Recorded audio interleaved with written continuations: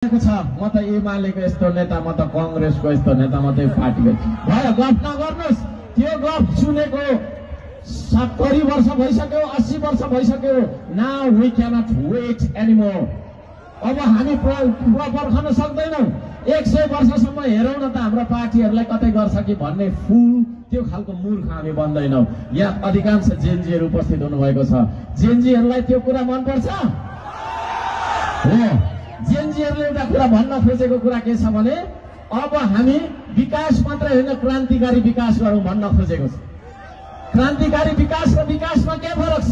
म तपाईहरुलाई भन्न चाहन्छु, विकास भन्ने ठेकदारले पनि गर्न सक्छ, तर क्रान्तिकारी विकास भनेको तपाई हामी सबै मिलेर गर्छ।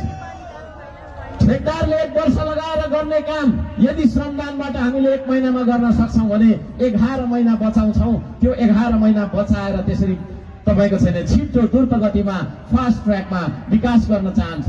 त्यो विकासलाई क्रान्तिकारी विकास भन्छ। त्यो विकास आजको आवश्यकता हो। म यहाँहरु सबैजनालाई भन्न चाहन्छु, विदेशी ऋणबाट एडीबी र वर्ल्ड ब्याङ्कले दिनसाली म विकास गर्छु भन्ने आशामुखी बन्दैन। हाम्रो अब श्रम संस्कृतिले त्यो भन्न हामीलाई सिकाउँदैन।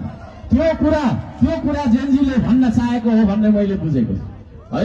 जेनजीको आन्दोलनमा भएको अनस्पोकन ट्रुथ नभनिएको एउटा सत्य के छ भन्दाखेरि हाम्रो विचार अनुसारको राज्य हुनुपर्छ भन्ने पनि हो कि होइन?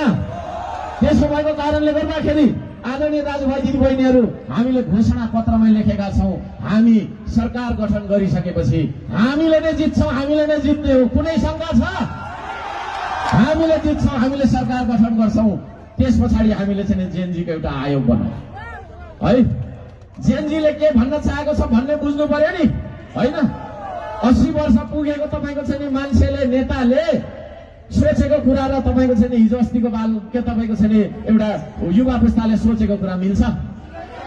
त्यसले गर्दाखेरि यो देशको नीति बनाउँदाखेरि जेनजीको स्पिरिटलाई, जेनजीको चाहिँ सेन्टिमेन्टलाई, जेनजीको तपाईको चाहिँ निड्सलाई, सबै कुरालाई चाहिँ आवश्यकता, चाहना र तपाईको चाहिँ भावनालाई समेटेर यो देशको अग्रगामी छलाङ मार्ने गरेको नीतिहरू हामीले बनाउनुपर्छ। किनभने मैले आज जे सोचिरहेको छु, म भन्दा 20 वर्ष पछाडि जन्मेको बालकले, त्यो जेनजीले, त्यो युवाले मैले सोचेको लेभलमा सोचेको हुँदैन। He is thinking the next level है। त्यसले गर्दाखेरि त्यो खालको अग्रगामी कार्यक्रमहरू हामीले बनाउनुपर्छ।